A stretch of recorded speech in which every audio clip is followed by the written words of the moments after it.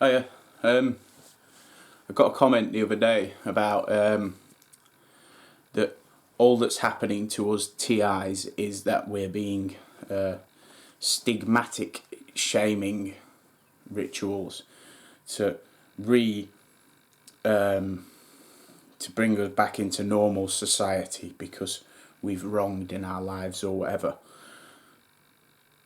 Why would we want to be in a society that causes and it's nothing to do with shaming, because it doesn't make you feel shamed when you're in utter terror or fear or utter anger.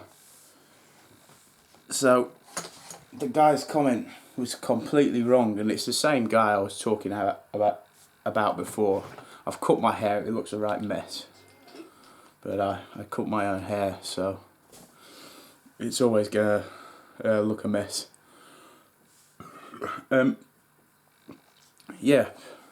Stigmatic shaming.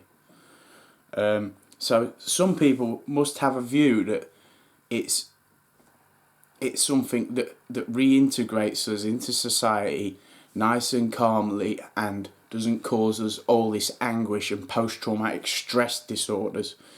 Even when you're already under the Mental Health Act, why would they be doing things that can cause more mental health problems? It doesn't make sense. The system doesn't make sense. It's all a load of bull. It's all a load of nonsense.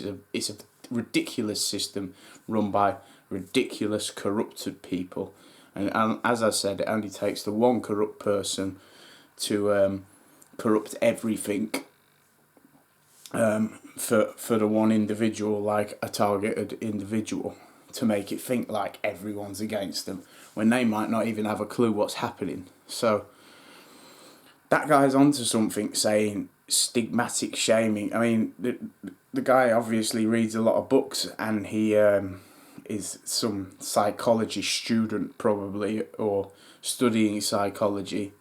So they're studying us, but they don't realise how much fear, terror, and all the other things we've gone through, and never put anyone through that amount of fear or terror in our lives. I've probably put people through fear in my life, probably on a few occasions,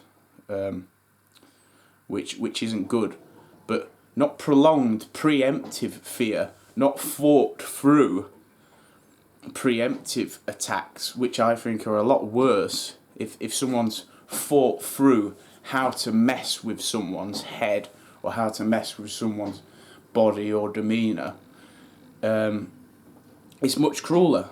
It's a much crueler thing to do to someone.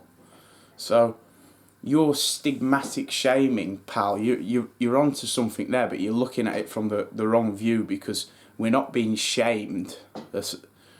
We're being. I've felt ashamed from certain things I've done in the past, but that goes away. You feel ashamed of it, and then you think, right, I've got to get past that. But if things are continuously happening to you, using fear-based tactics, using anger-based tactics, using tactics to basically flip you out in public, that is not what you call stigmatic shaming, Pally-Wally.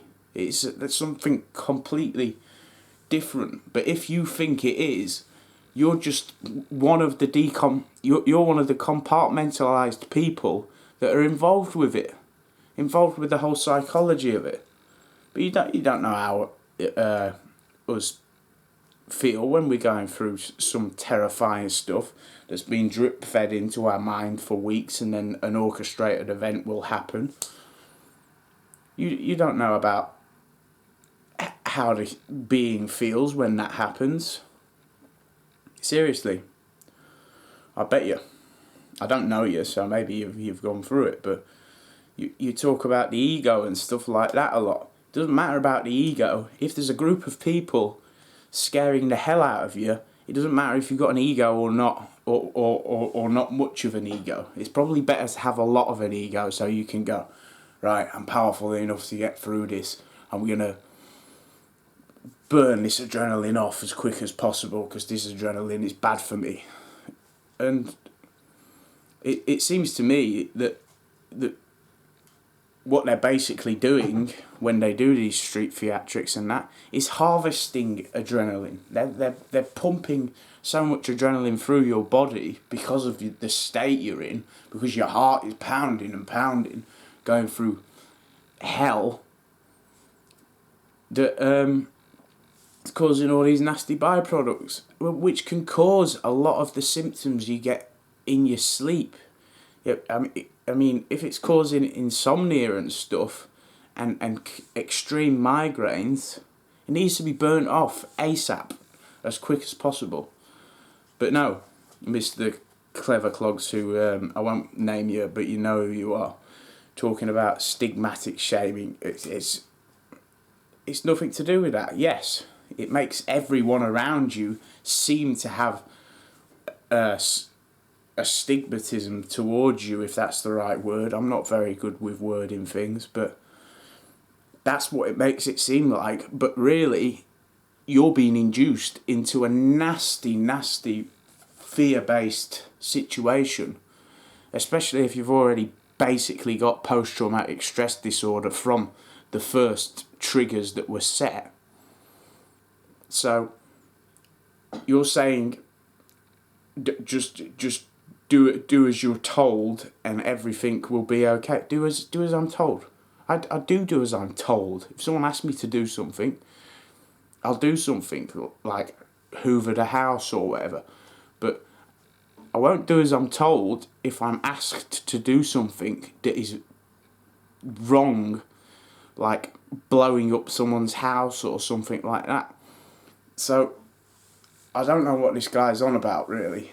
And he talks in riddles, but he's all over my sites, and he's having arguments with who I think is himself just posing as someone else, because the writings are all the same and stuff. So it's a psychological experiment on us. It's a physical experiment on us.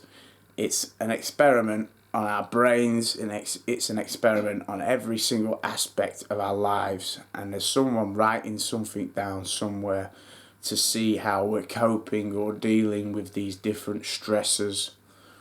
And as I've said before, you're probably unlikely to get beaten up and have your ankle broken, have your head smashed in. That was because I was asking people that are putting people into hypnotic trances and telling them to do things. So I've witnessed part of how this targeted individual system works. Because once you're in a hypnotic trance, you don't know what you're doing. If you've been scopolamined, you don't know what you're doing, but you appear normal. So you could be doing anything you're told. You will just obey and act normal. But then you'll have 4 or 5 hours missing, depending on how much dosage they've given you. So, yeah. Plus other hypnotic trances, leaving your hands facing upwards and stuff, which I read makes people highly suggestible to suggestion anyway, if both hands are facing up. A lot of it's to do with body positions and mirroring and following what you're doing. So I'll leave it there for now, because my mum's just arrived back. So thank you for watching, and hope everyone stays safe.